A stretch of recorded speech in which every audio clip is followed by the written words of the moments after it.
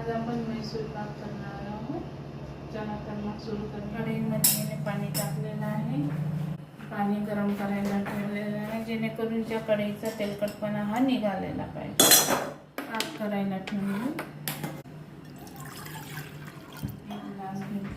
एक ग्लासभर पाणी घेतलं.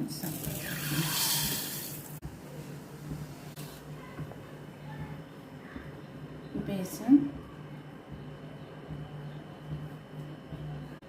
2 वाटी बेसन आहे. तूप आहे.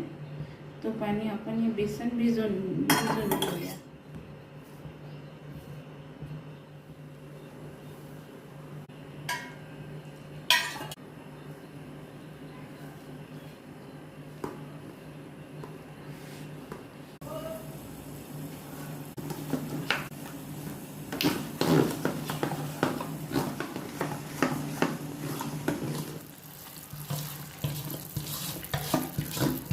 आपण बेसन भिजवलेलं होतं. आता हे कढईमध्ये आपण गरम कढईमध्ये टाकलेलं आहे.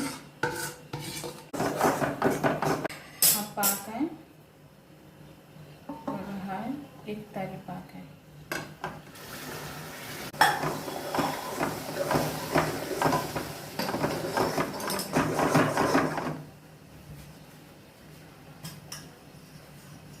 आता अजून तूप,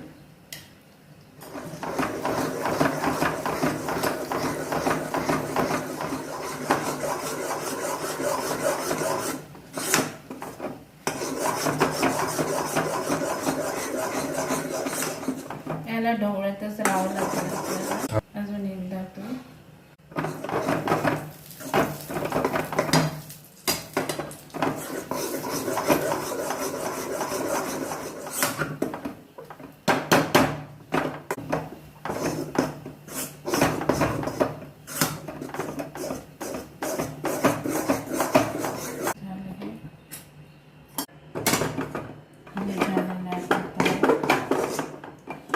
आता यामध्ये टाकून देऊ. स्टेला मी तूप लावलेलं आहे. थोडं थंड झालं. आता याला कापू आपण. हे काय कापायला